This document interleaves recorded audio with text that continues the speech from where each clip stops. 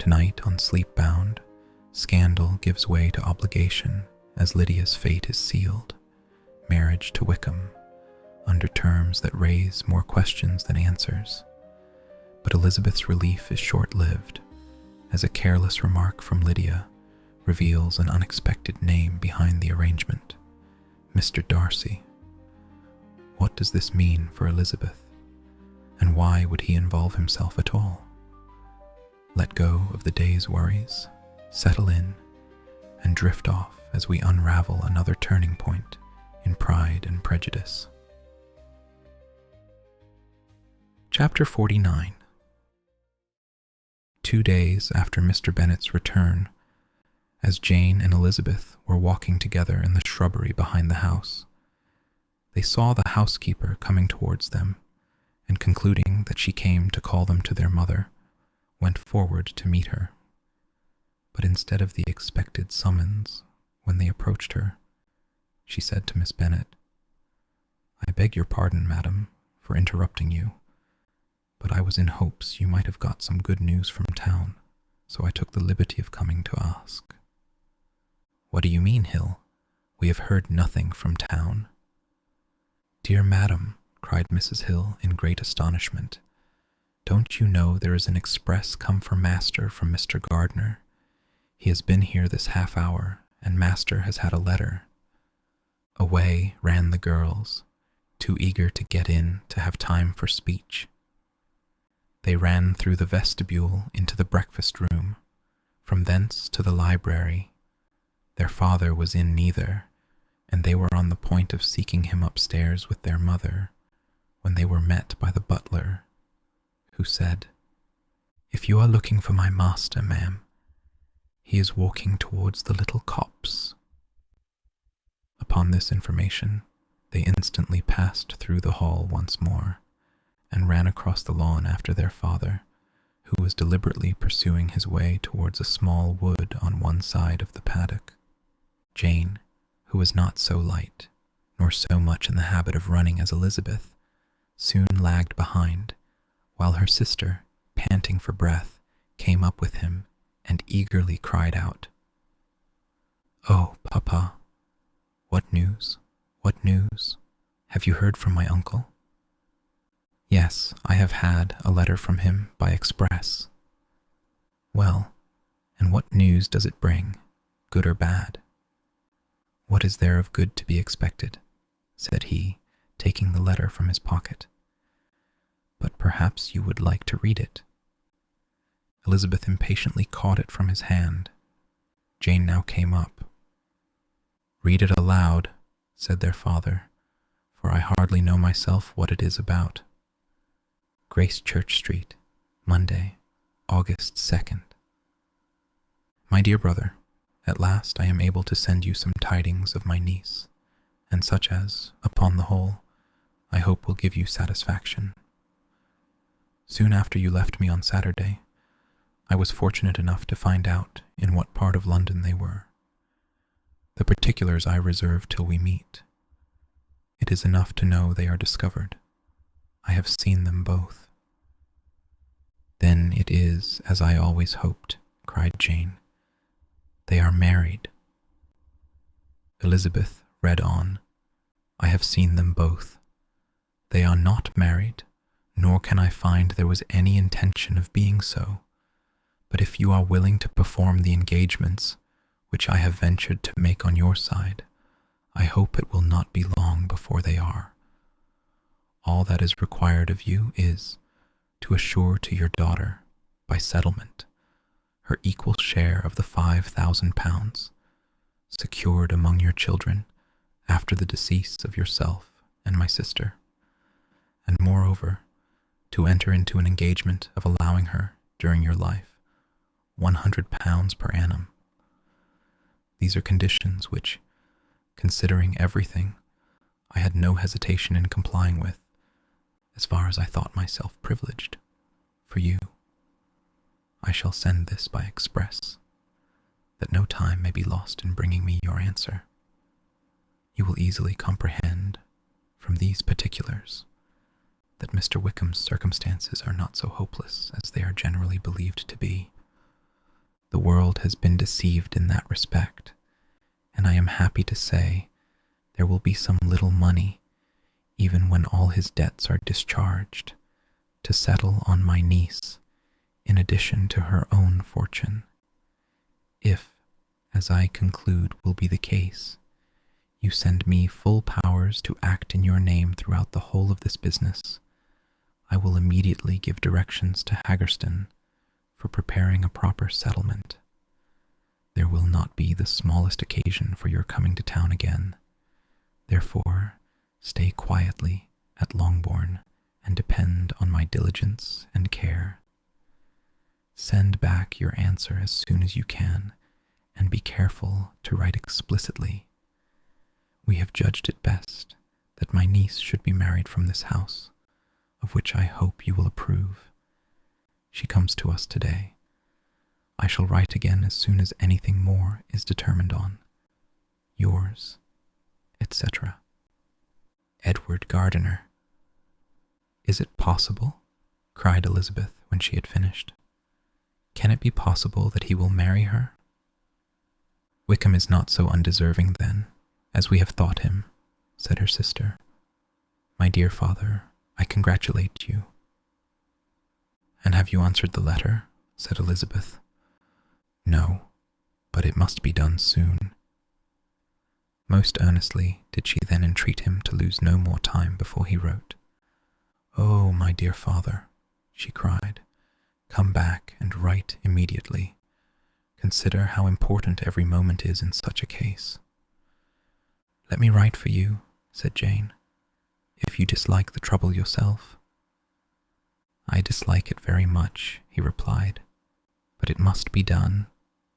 And so saying, he turned back with them and walked towards the house. And, may I ask? Said Elizabeth.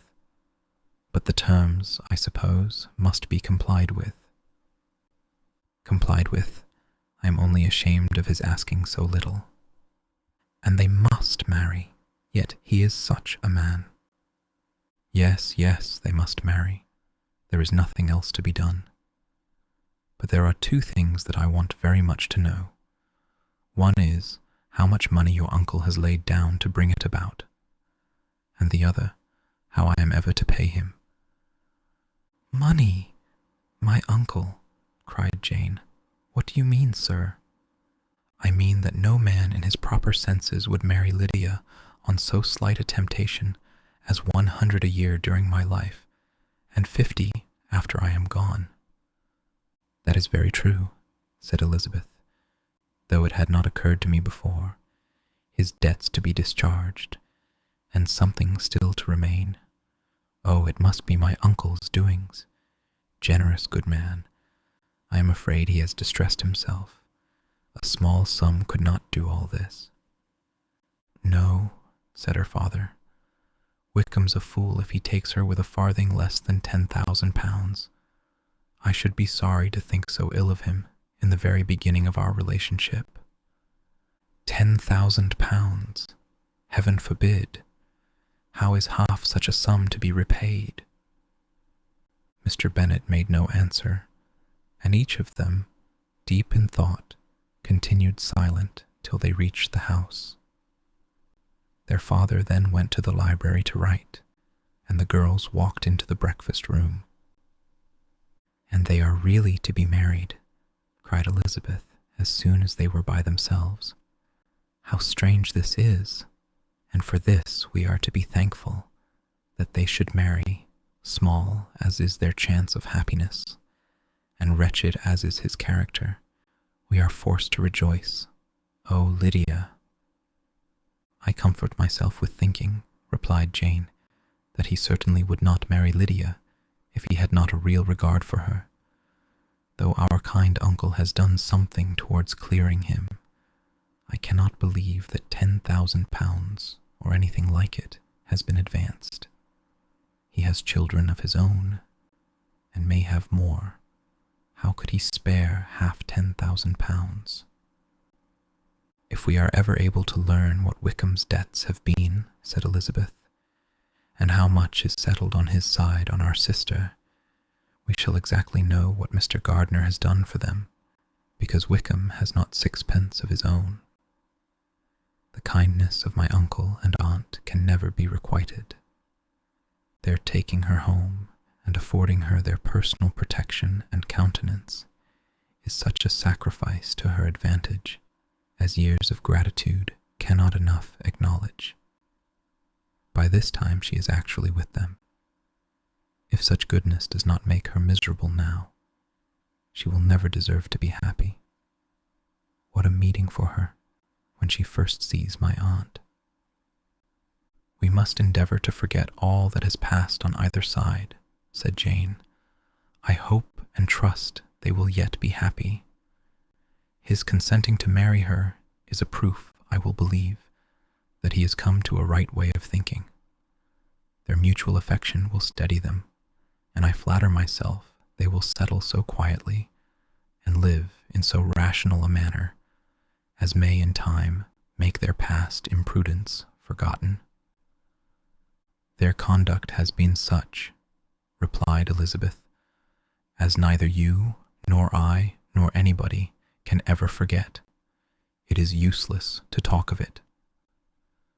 It now occurred to the girls that their mother was in all likelihood perfectly ignorant of what had happened. They went to the library, therefore, and asked their father whether he would not wish them to make it known to her. He was writing, and without raising his head, coolly replied, Just as you please. May we take my uncle's letter to read to her? Take whatever you like, and get away. Elizabeth took the letter from his writing table, and they went upstairs together. Mary and Kitty were both with Mrs. Bennet. One communication would therefore do for all. After a slight preparation for good news, the letter was read aloud. Mrs. Bennet could hardly contain herself. As soon as Jane had read Mr. Gardner's hope of Lydia's being soon married, her joy burst forth, and every following sentence added to its exuberance.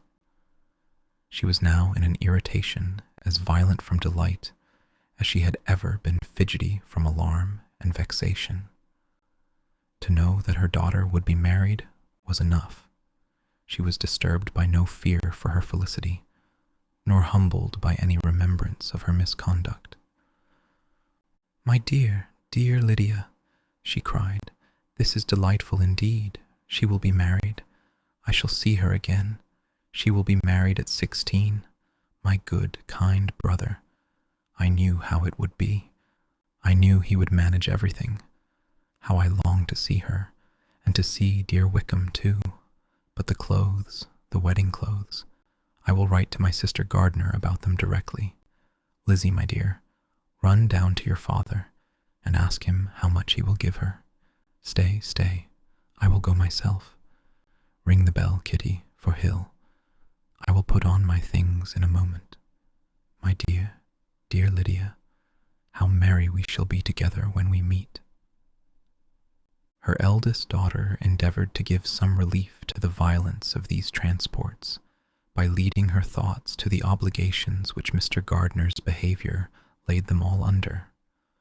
For we must attribute this happy conclusion, she added, in a great measure to his kindness. We are persuaded that he has pledged himself to assist Mr. Wickham with money. Well, cried her mother, it is all very right. Who should do it but her own uncle? If he had not had a family of his own, I and my children must have had all his money, you know, and it is the first time we have ever had anything from him except a few presents. Well, I am so happy. In a short time, I shall have a daughter married. Mrs. Wickham, how well it sounds, and she was only 16 last June. My dear Jane, I am in such a flutter that I am sure I can't write, so I will dictate, and you write for me. We will settle with your father about the money afterwards, but the things should be ordered immediately. She was then proceeding to all the particulars of calico, muslin, and cambric, and would shortly have dictated some very plentiful orders, had not Jane, though with some difficulty, persuaded her to wait till her father was at leisure to be consulted. One day's delay, she observed, would be of small importance, and her mother was too happy to be quite so obstinate as usual. Other schemes, too, came into her head. "I will go to Meryton," said she, "as soon as I am dressed, and tell the good news to my sister Phillips. And as I come back, I can call on Lady Lucas and Mrs. Long. Kitty, run down and order the carriage. An airing would do me a great deal of good, I am sure. Girls, can I do anything for you in Meryton? Oh, here comes Hill. My dear Hill, have you heard the good news? Miss Lydia is going to be married, and you shall all have a bowl of punch to make merry at her wedding." Mrs. Hill began instantly to express her joy. Elizabeth received her congratulations amongst the rest, and then, sick of this folly, took refuge in her own room, that she might think with freedom. Poor Lydia's situation must, at best, be bad enough, but that it was no worse, she had need to be thankful.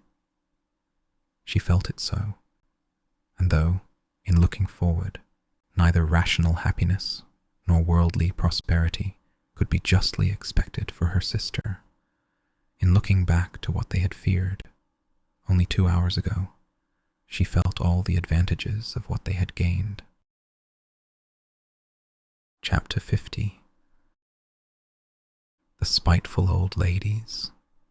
Mr. Bennet had very often wished, before this period of his life, that instead of spending his whole income, he had laid by an annual sum for the better provision of his children and of his wife, if she survived him. He now wished it more than ever. Had he done his duty in that respect, Lydia need not have been indebted to her uncle for whatever of honor or credit could now be purchased for her. The satisfaction of prevailing on one of the most worthless young men in Great Britain to be her husband might then have rested in its proper place.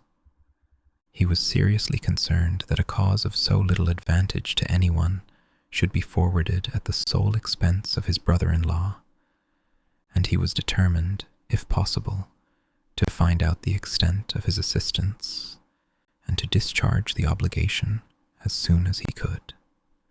When first Mr. Bennet had married, economy was held to be perfectly useless, for of course they were to have a son. This son was to join in cutting off the entail as soon as he should be of age, and the widow and younger children would by that means be provided for. 5 daughters successively entered the world, but yet the son was to come, and Mrs. Bennet, for many years after Lydia's birth, had been certain that he would. This event had at last been despaired of, but it was then too late to be saving. Mrs. Bennet had no turn for economy, and her husband's love of independence had alone prevented their exceeding their income. £5,000 was settled by marriage articles on Mrs. Bennet and the children, but in what proportions it should be divided amongst the latter depended on the will of the parents. This was one point, with regard to Lydia at least, which was now to be settled, and Mr. Bennet could have no hesitation in acceding to the proposal before him. In terms of grateful acknowledgment for the kindness of his brother, though expressed most concisely, he then delivered on paper his perfect approbation of all that was done, and his willingness to fulfill the engagements that had been made for him. He had never before supposed that could Wickham be prevailed on to marry his daughter, it would be done with so little inconvenience to himself as by the present arrangement. He would scarcely be £10 a year the loser, by the 100 that was to be paid them, for what with her board and pocket allowance, and the continual presents in money which passed to her through her mother's hands, Lydia's expenses had been very little within that sum. That it would be done with such trifling exertion on his side, too, was another very welcome surprise, for his chief wish at present was to have as little trouble in the business as possible. When the first transports of rage which had produced his activity in seeking her were over, he naturally returned to all his former indolence. His letter was soon dispatched, for though dilatory in undertaking business, he was quick in its execution. He begged to know further particulars of what he was indebted to his brother, but was too angry with Lydia to send any message to her.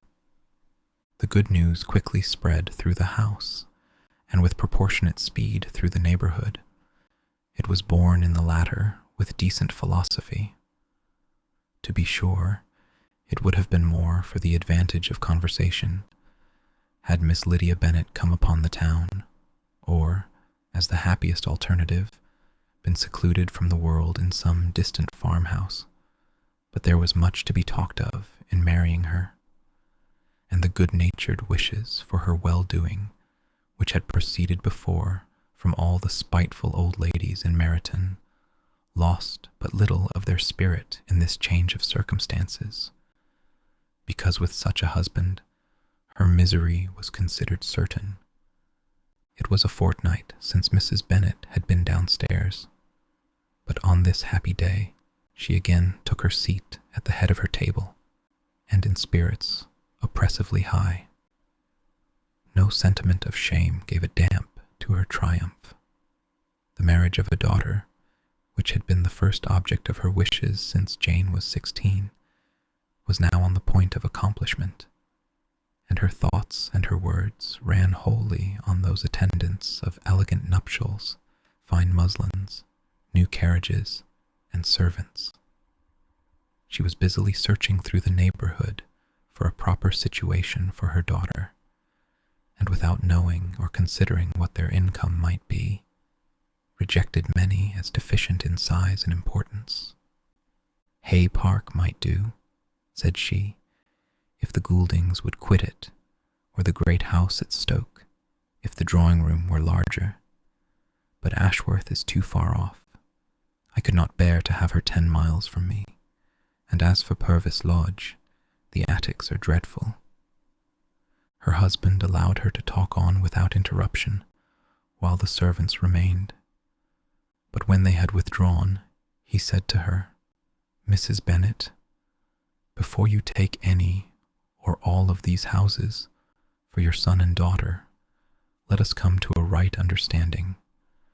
Into one house in this neighborhood they shall never have admittance. I will not encourage the imprudence of either by receiving them at Longbourn." A long dispute followed this declaration, but Mr. Bennet was firm. It soon led to another, and Mrs. Bennet found, with amazement and horror, that her husband would not advance a guinea to buy clothes for his daughter. He protested that she should receive from him no mark of affection whatever on the occasion. Mrs. Bennet could hardly comprehend it, that his anger could be carried to such a point of inconceivable resentment as to refuse his daughter a privilege, without which her marriage would scarcely seem valid, exceeded all that she could believe possible. She was more alive to the disgrace, which her want of new clothes must reflect on her daughter's nuptials, than to any sense of shame at her eloping and living with Wickham a fortnight before they took place. Elizabeth was now most heartily sorry that she had, from the distress of the moment, been led to make Mr. Darcy acquainted with their fears for her sister. For since her marriage would so shortly give the proper termination to the elopement, they might hope to conceal its unfavorable beginning from all those who were not immediately on the spot. She had no fear of it spreading farther, through his means. There were few people on whose secrecy she would have more confidently depended, but at the same time there was no one whose knowledge of a sister's frailty would have mortified her so much. Not, however, from any fear of disadvantage from it individually to herself. For at any rate, there seemed a gulf impassable between them. Had Lydia's marriage been concluded on the most honorable terms, it was not to be supposed that Mr. Darcy would connect himself with a family where to every other objection would now be added an alliance and relationship of the nearest kind with the man whom he so justly scorned. From such a connection, she could not wonder that he should shrink. The wish of procuring her regard, which she had assured herself of his feeling in Derbyshire, could not in rational expectation survive such a blow as this. She was humbled, she was grieved, she repented, though she hardly knew of what. She became jealous of his esteem when she could no longer hope to be benefited by it. She wanted to hear of him when there seemed the least chance of gaining intelligence. She was convinced that she could have been happy with him when it was no longer likely they should meet. What a triumph for him, as she often thought, could he know that the proposals which she had proudly spurned only 4 months ago would now have been gladly and gratefully received. He was as generous, she doubted not, as the most generous of his sex. But while he was mortal, there must be a triumph. She began now to comprehend that he was exactly the man who, in disposition and talents, would most suit her. His understanding and temper, though unlike her own, would have answered all her wishes. It was an union that must have been to the advantage of both. By her ease and liveliness, his mind might have been softened, his manners improved, and from his judgment, information, and knowledge of the world, she must have received benefit of greater importance. But no such happy marriage could now teach the admiring multitude what connubial felicity really was. An union of a different tendency, and precluding the possibility of the other, was soon to be formed in their family. How Wickham and Lydia were to be supported in tolerable independence, she could not imagine. But how little of permanent happiness could belong to a couple who were only brought together because their passions were stronger than their virtue, she could easily conjecture. Mr. Gardiner soon wrote again to his brother. To Mr. Bennet's acknowledgments he briefly replied, with assurances of his eagerness to promote the welfare of any of his family, and concluded with entreaties that the subject might never be mentioned to him again. The principal purport of his letter was to inform them that Mr. Wickham had resolved on quitting the militia. It was greatly my wish that he should do so, he added, as soon as his marriage was fixed on, and I think you will agree with me in considering a removal from that corps as highly advisable, both on his account and my niece's. It is Mr. Wickham's intention to go into the regulars, and among his former friends, there are still some who are able and willing to assist him in the army. He has the promise of an ensigncy in General's regiment, now quartered in the north. It is an advantage to have it so far from this part of the kingdom. He promises fairly, and I hope among different people, where they may each have a character to preserve, they will both be more prudent. I have written to Colonel Forster to inform him of our present arrangements, and to request that he will satisfy the various creditors of Mr. Wickham in and near Brighton with assurances of speedy payment, for which I have pledged myself. And will you give yourself the trouble of carrying similar assurances to his creditors in Meryton, of whom I shall subjoin a list, according to his information? He has given in all his debts. I hope at least he has not deceived us. Haggerston has our directions, and all will be completed in a week. They will then join his regiment, unless they are first invited to Longbourn, and I understand from Mrs. Gardiner that my niece is very desirous of seeing you all before she leaves the south. She is well, and begs to be dutifully remembered to you and her mother, yours, etc. E. Gardiner. Mr. Bennet and his daughters saw all the advantages of Wickham's removal from the shire as clearly as Mr. Gardiner could do, but Mrs. Bennet was not so well pleased with it. Lydia's being settled in the north, just when she had expected most pleasure and pride in her company, for she had by no means given up her plan of their residing in Hertfordshire, was a severe disappointment. And besides, it was such a pity that Lydia should be taken from a regiment where she was acquainted with everybody and had so many favourites. She is so fond of Mrs. Forster, said she, it will be quite shocking to send her away, and there are several of the young men, too, that she likes very much. The officers may not be so pleasant in general as a regiment.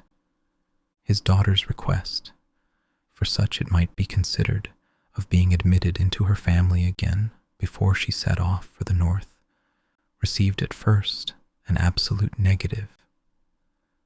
But Jane and Elizabeth, who agreed in wishing, for the sake of their sister's feelings and consequence, that she should be noticed on her marriage by her parents, urged him so earnestly, yet so rationally and so mildly, to receive her and her husband at Longbourn as soon as they were married, that he was prevailed on to think as they thought, and act as they wished.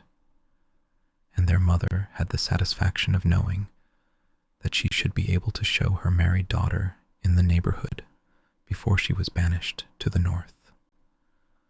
When Mr. Bennet wrote again to his brother, therefore, he sent his permission for them to come, and it was settled that, as soon as the ceremony was over, they should proceed to Longbourn. Elizabeth was surprised, however, that Wickham should consent to such a scheme, and, had she consulted only her own inclination, any meeting with him would have been the last object of her wishes. Chapter 51. With an affectionate smile. Their sister's wedding day arrived, and Jane and Elizabeth felt for her probably more than she felt for herself. The carriage was sent to meet them and they were to return in it by dinner time. Their arrival was dreaded by the elder Miss Bennets, and Jane more especially, who gave Lydia the feelings which would have attended herself, had she been the culprit, and was wretched in the thought of what her sister must endure. They came. The family were assembled in the breakfast room to receive them. Smiles decked the face of Mrs. Bennet as the carriage drove up to the door. Her husband looked impenetrably grave, her daughters alarmed, anxious, uneasy. Lydia's voice was heard in the vestibule. The door was thrown open, and she ran into the room.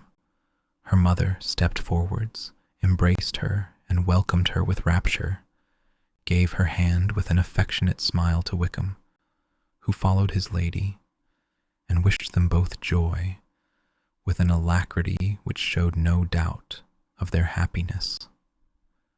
Their reception from Mr. Bennet, to whom they then turned, was not quite so cordial. His countenance rather gained in austerity, and he scarcely opened his lips. The easy assurance of the young couple, indeed, was enough to provoke him. Elizabeth was disgusted, and even Miss Bennet was shocked. Lydia was Lydia still, untamed, unabashed, wild, noisy, and fearless. She turned from sister to sister, demanding their congratulations, and when at length they all sat down, looked eagerly round the room, took notice of some little alteration in it, and observed with a laugh that it was a great while since she had been there. Wickham was not at all more distressed than herself, but his manners were always so pleasing that had his character and his marriage been exactly what they ought, his smiles and his easy address, while he claimed their relationship, would have delighted them all. Elizabeth had not before believed him quite equal to such assurance. But she sat down, resolving within herself to draw no limits in future to the impudence of an impudent man. She blushed, and Jane blushed, but the cheeks of the two who caused their confusion suffered no variation of colour. There was no want of discourse. The bride and her mother could neither of them talk fast enough, and Wickham, who happened to sit near Elizabeth, began inquiring after his acquaintance in that neighbourhood with a good-humoured ease, which she felt very unable to equal in her replies. They seemed each of them to have the happiest memories in the world. Nothing of the past was recollected with pain, and Lydia led voluntarily to subjects which her sisters would not have alluded to for the world. "Only think of its being 3 months," she cried, "since I went away. It seems but a fortnight, I declare, and yet there have been things enough happened in the time. Good gracious! When I went away, I am sure I had no more idea of being married till I came back again, though I thought it would be very good fun if I was." Her father lifted up his eyes. Jane was distressed. Elizabeth looked expressively at Lydia, but she, who never heard nor saw anything of which she chose to be insensible, gaily continued, "Oh, mamma, do the people hereabouts know I am married today? I was afraid they might not, and we overtook William Goulding in his curricle, so I was determined he should know it, and so I let down the side glass next to him, and took off my glove and let my hand just rest upon the window frame, so that he might see the ring, and then I bowed and smiled like anything." Elizabeth could bear it no longer. She got up and ran out of the room, and returned no more, till she heard them passing through the hall to the dining parlour. She then joined them soon enough to see Lydia, with anxious parade, walk up to her mother's right hand, and hear her say to her eldest sister, "Ah, Jane, I take your place now, and you must go lower, because I am a married woman." It was not to be supposed that time would give Lydia that embarrassment from which she had been so wholly free at first. Her ease and good spirits increased. She longed to see Mrs. Phillips, the Lucases, and all their other neighbours, and to hear herself called Mrs. Wickham by each of them, and in the meantime she went after dinner to show her ring and boast of being married to Mrs. Hill and the 2 housemaids. "Well, mamma," said she, when they were all returned to the breakfast-room, "and what do you think of my husband? Is not he a charming man? I am sure my sisters must all envy me.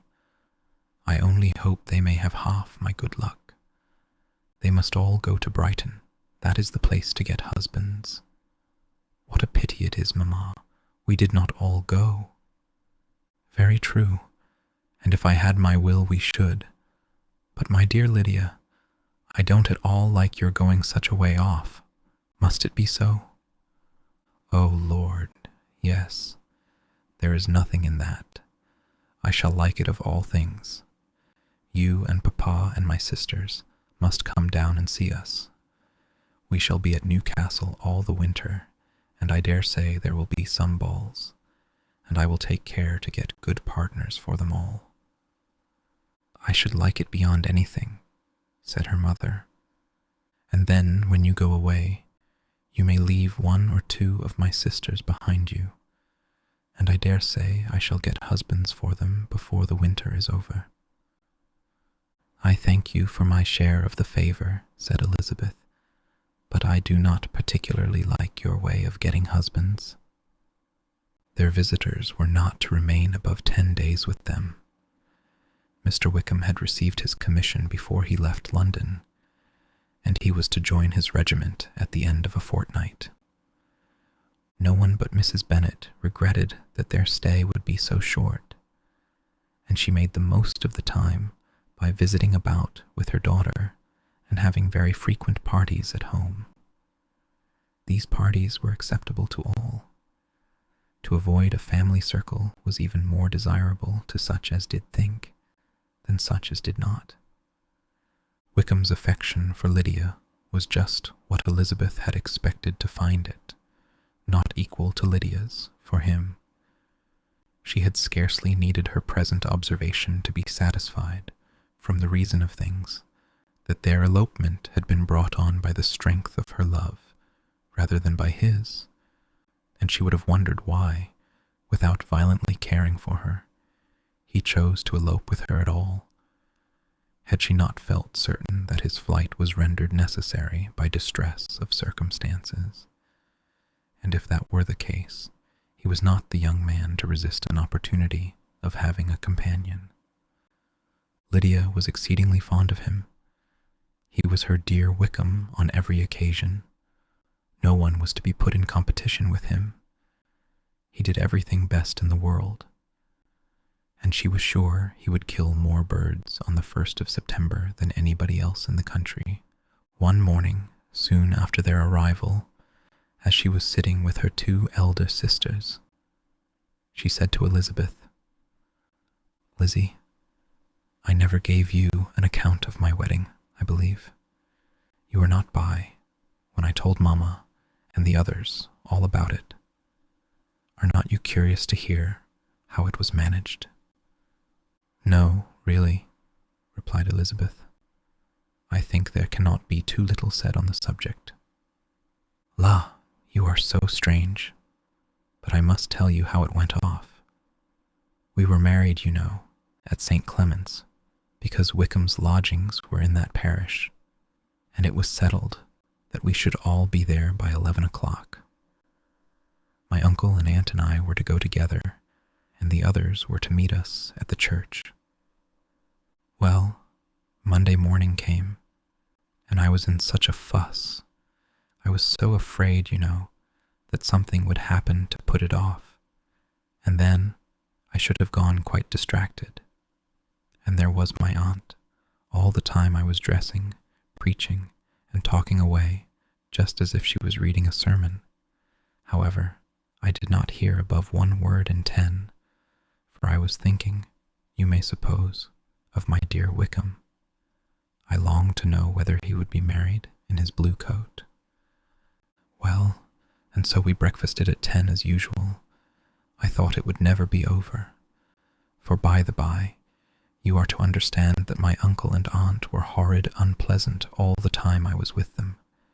If you'll believe me, I did not once put my foot out of doors, though I was there a fortnight. Not one party, or scheme, or anything. To be sure, London was rather thin, but however, the little theatre was open. Well, and so, just as the carriage came to the door, my uncle was called away upon business to that horrid man, Mr. Stone, and then, you know, when once they get together, there is no end of it. Well, I was so frightened, I did not know what to do, for my uncle was to give me away, and if we were beyond the hour, we could not be married all day. But luckily, he came back again in 10 minutes' time, and then we all set out.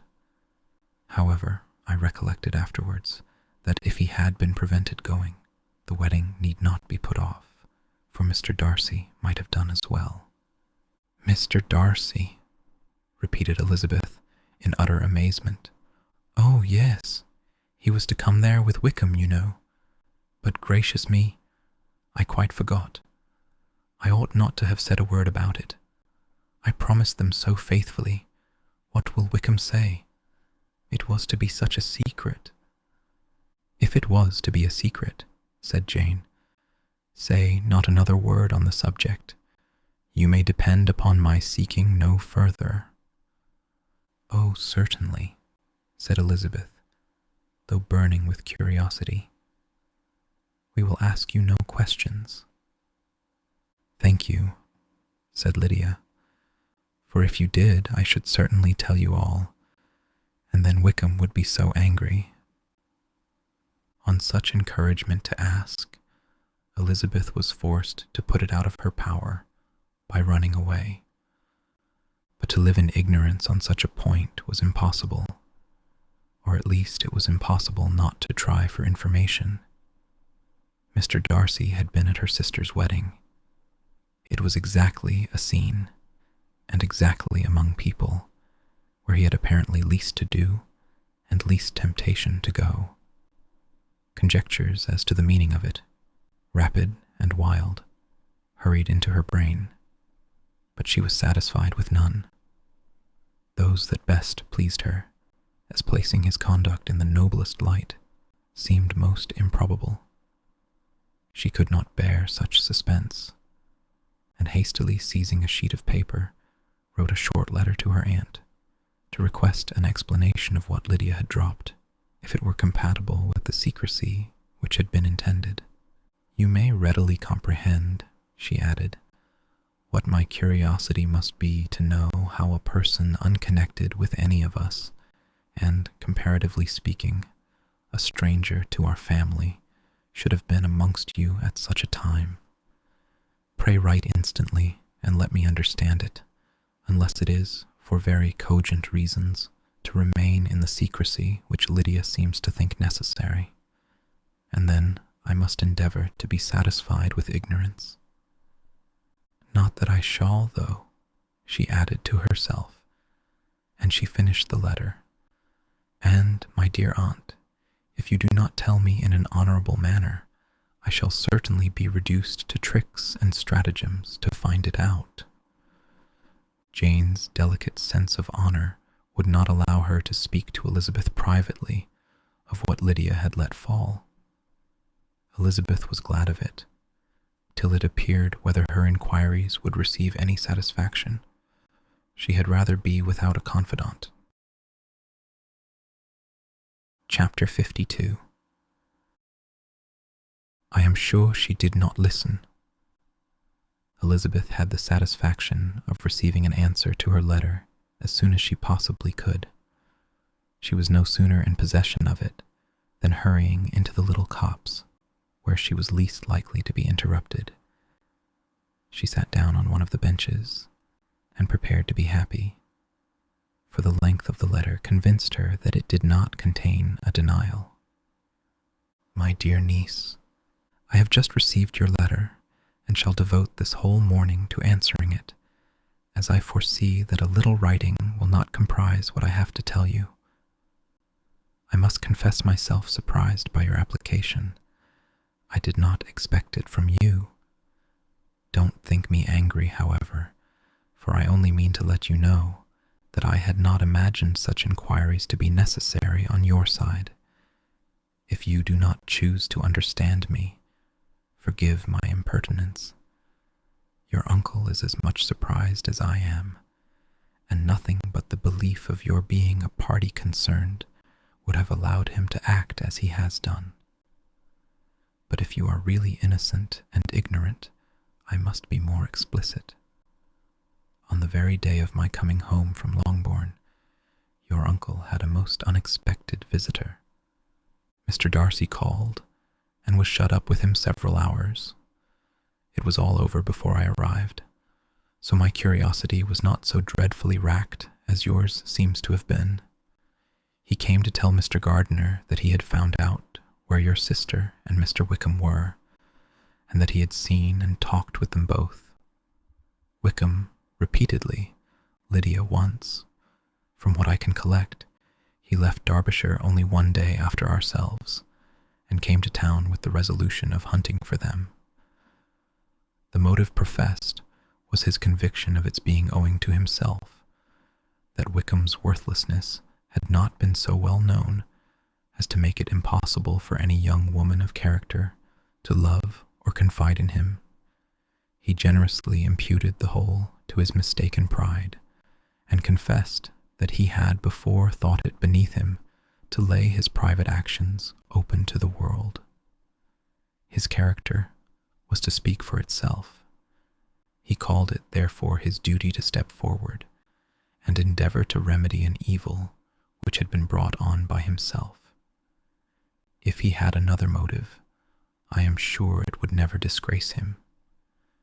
He had been some days in town before he was able to discover them, but he had something to direct his search, which was more than we had, and the consciousness of this was another reason for his resolving to follow us.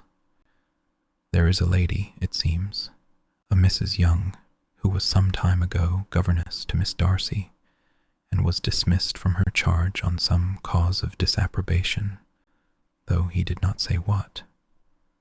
She then took a large house in Edward Street, and has since maintained herself by letting lodgings. This Mrs. Young was, he knew, intimately acquainted with Wickham, and he went to her for intelligence of him as soon as he got to town. But it was 2 or 3 days before he could get from her what he wanted. She would not betray her trust, I suppose, without bribery and corruption, for she really did know where her friend was to be found. Wickham, indeed, had gone to her on their first arrival in London, and had she been able to receive them into her house, they would have taken up their abode with her. At length, however, our kind friend procured the wished-for direction. They were in Street. He saw Wickham, and afterwards insisted on seeing Lydia. His first object with her, he acknowledged, had been to persuade her to quit her present disgraceful situation and return to her friends as soon as they could be prevailed on to receive her, offering his assistance as far as it would go. But he found Lydia absolutely resolved on remaining where she was. She cared for none of her friends. She wanted no help of his. She would not hear of leaving Wickham. She was sure they should be married some time or other, and it did not much signify when. Since such were her feelings, it only remained, he thought, to secure and expedite a marriage, which in his very first conversation with Wickham, he easily learnt had never been his design.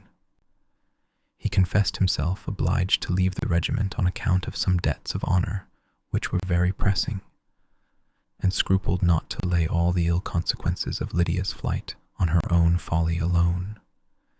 He meant to resign his commission immediately, and as to his future situation, he could conjecture very little about it. He must go somewhere, but he did not know where, and he knew he should have nothing to live on.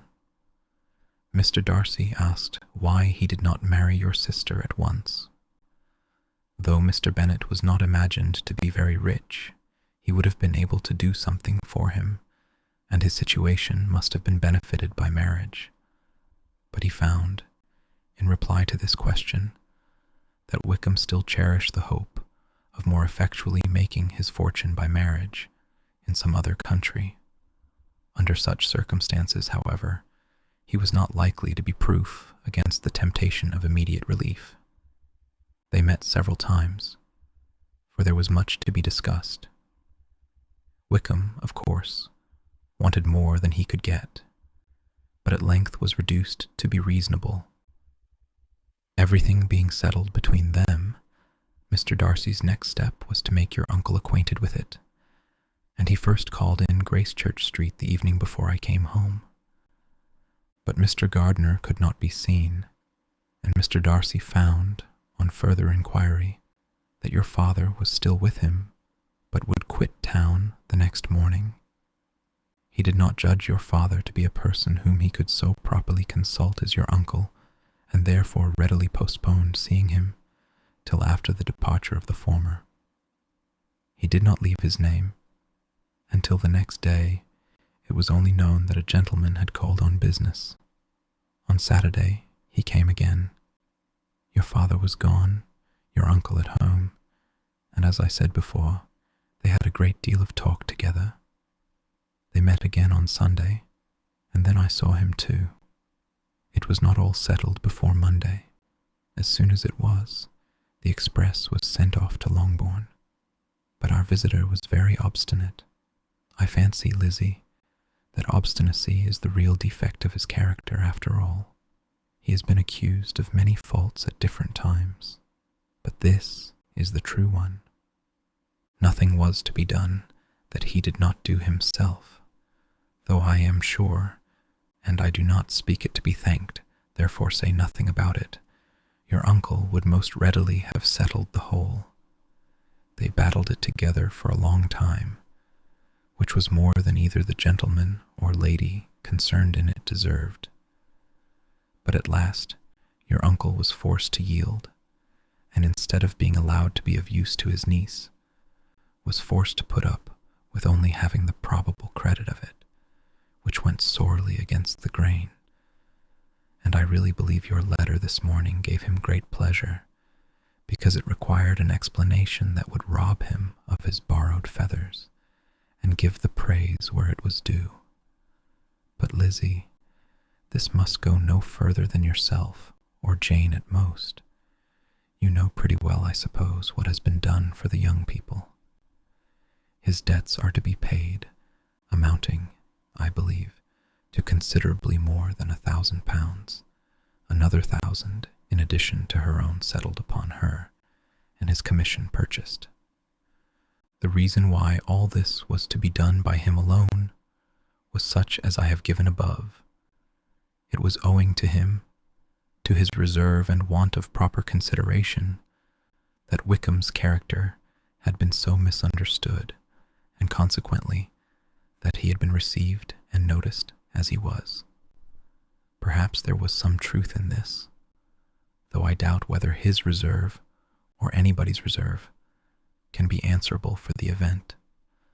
But in spite of all this fine talking, my dear Lizzie, you may rest perfectly assured that your uncle would never have yielded if we had not given him credit for another interest in the affair. When all this was resolved on, he returned again to his friends, who were still staying at Pemberley, but it was agreed that he should be in London once more when the wedding took place, and all money matters were then to receive the last finish. I believe I have now told you everything. It is a relation which you tell me is to give you great surprise. I hope at least it will not afford you any displeasure. Lydia came to us, and Wickham had constant admission to the house. He was exactly what he had been when I knew him in Hertfordshire.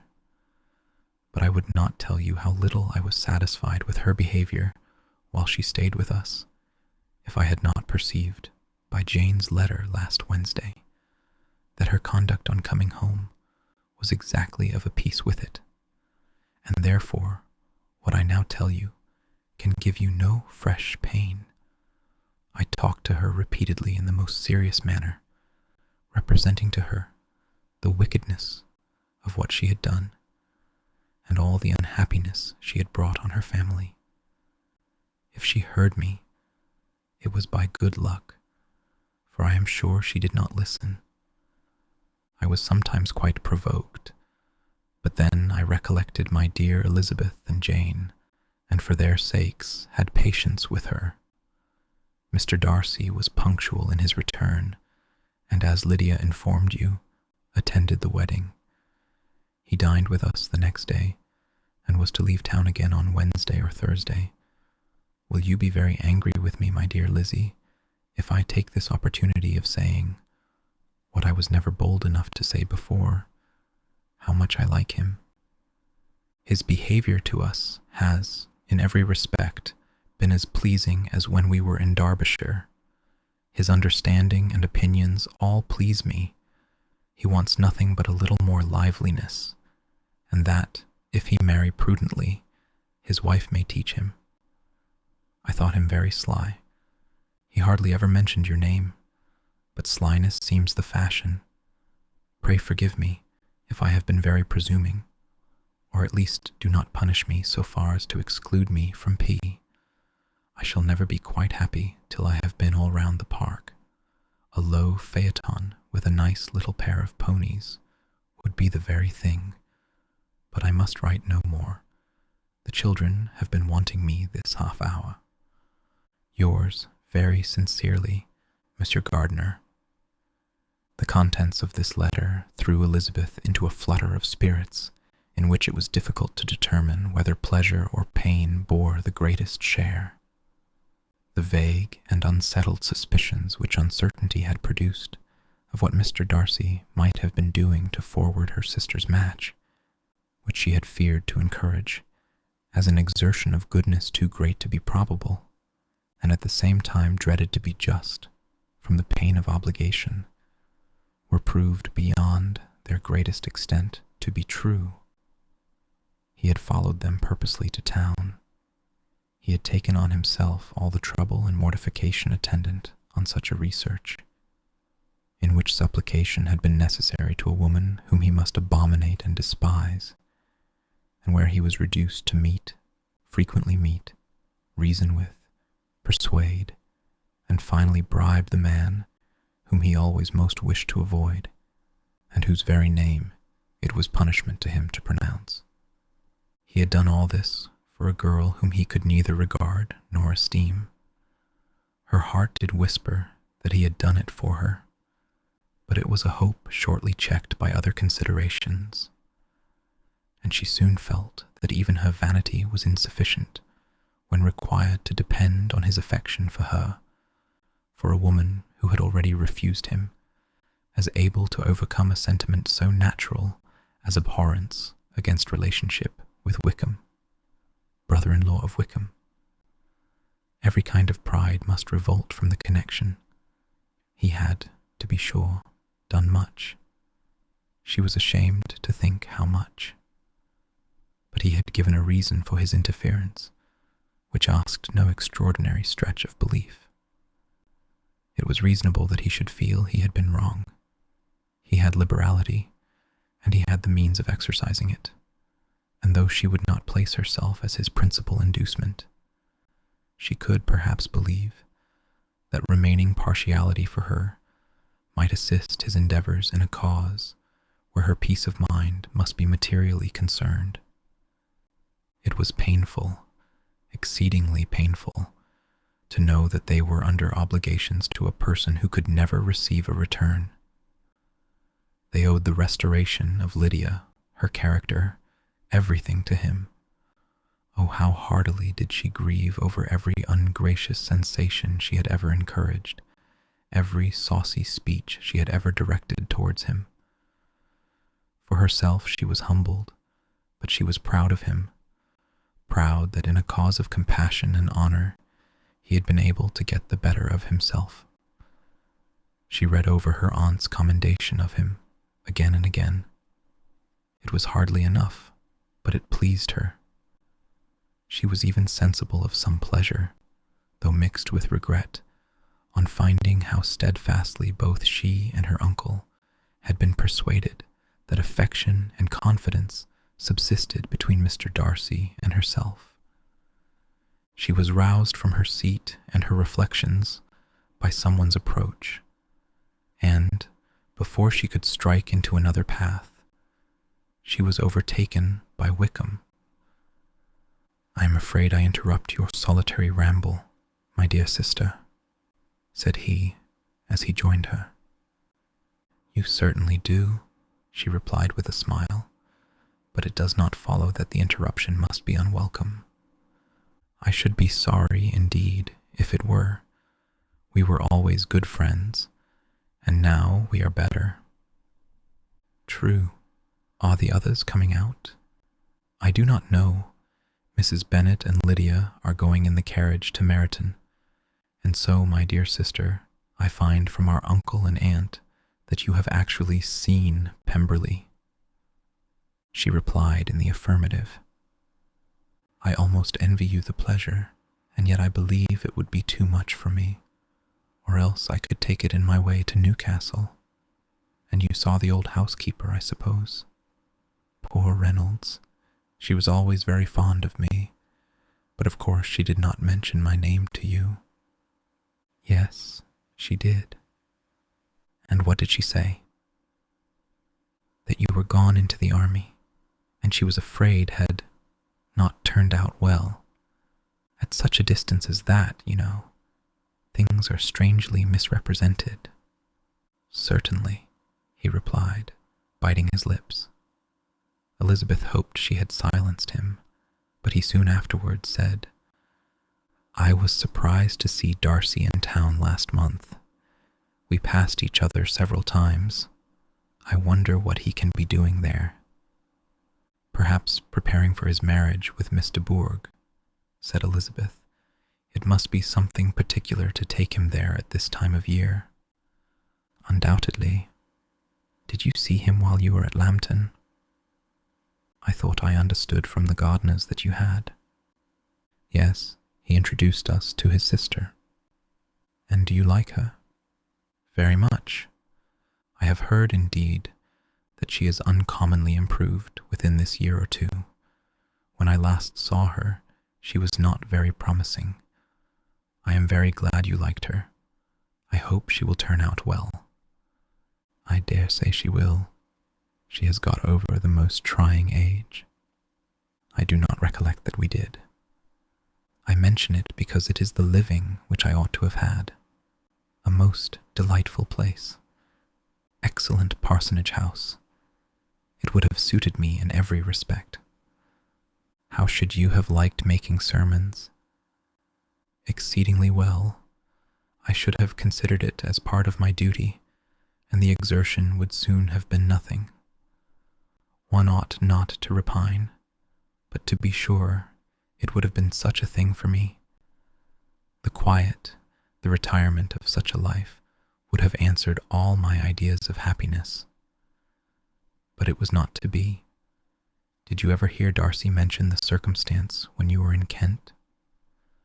"I have heard from authority, which I thought as good, that it was left you conditionally only, and at the will of the present patron." "You have?"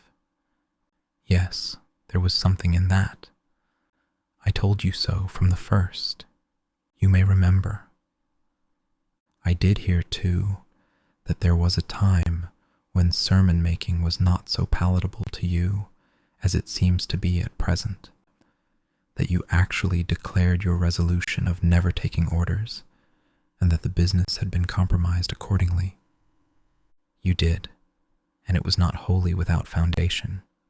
You may remember what I told you on that point, when first we talked of it." They were now almost at the door of the house, for she had walked fast to get rid of him, and unwilling for her sister's sake to provoke him, she only said in reply, with a good-humoured smile, "Come, Mr. Wickham, we are brother and sister, you know. Do not let us quarrel about the past. In future, I hope we shall be always of one mind." She held out her hand. He kissed it with affectionate gallantry, though he hardly knew how to look, and they entered the house. Thank you for listening to Pride and Prejudice. It's been a pleasure reading this timeless story for you, and I hope it's brought you comfort, rest, or maybe even a few smiles along the way. If you've enjoyed this, there are plenty more stories waiting for you. Until next time, sleep well and sweet dreams.